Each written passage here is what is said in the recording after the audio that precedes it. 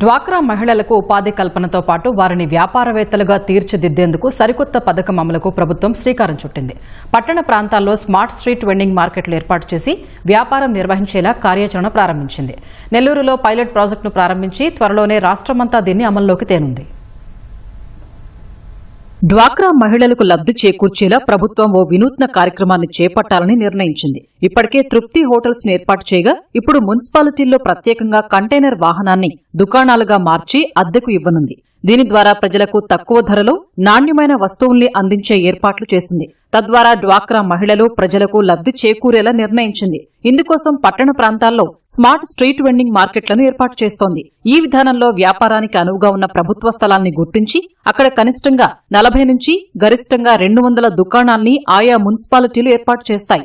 పట్టణాల్లోని స్వయం సహాయక సంఘాల్లోని పేద మహిళలు, వీధి వ్యాపారులకు దుకాణాలు కేటాయించి ఉపాధి కల్పించనున్నారు. మెప్మా ద్వారా 7 పట్టణ ప్రాంతాల్లో వీటిని నెలకొల్పనున్నారు. ఇప్పటికే పైలట్ ప్రాజెక్టును నెల్లూరులో ఏర్పాటు చేసిన ప్రభుత్వం ఈ నెలలోనే దాన్ని ప్రారంభించనుంది. ఆ తర్వాత అనంతపురం, కర్నూలు, ఒంగోలు, శ్రీకాకుళం, కడప జిల్లాల్లో 26 కోట్లతో ఒకే చోట 100 దుకాణాలు, తాడేపల్లి, విజయవాడలో 40 దుకాణాలతో సముదాయాలు నిర్మించనున్నారు. సో ఈ విధంగా మనకి మొత్తం ఈ 7 మున్సిపాలిటీలో కలిపి సుమారు 26 కోట్ల రూపాయల వ్యయంతో ఈ నిర్మించాలనేది ఒక డెసిషన్ ప్రభుత్వం తీసుకోవటం చాలా గొప్ప విషయం.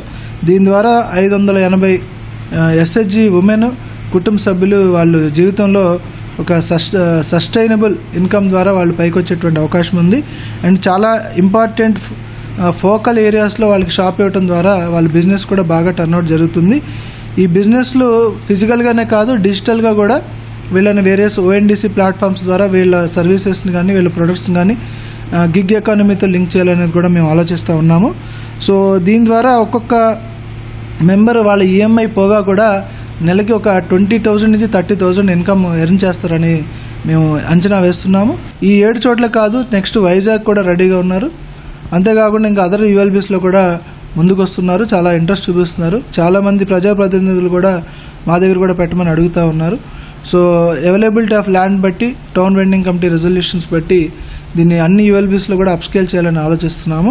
ఈ ప్రాజెక్టు ద్వారా గౌరవ ముఖ్యమంత్రి గారు చెప్పిన 1 ఫ్యామిలీ 1 ఎంటర్ప్రినర్, అంటే ప్రతి కుటుంబంలో ఒక వ్యాపారవేత్తని డెవలప్ చేయాలనేటువంటి స్లోగన్ని దాన్ని సీరియస్గా ఇంప్లిమెంట్ చేయడానికి ఇది వన్ ఆఫ్ ద క్రూషియల్ ప్రాజెక్ట్గా పనికొస్తుంది.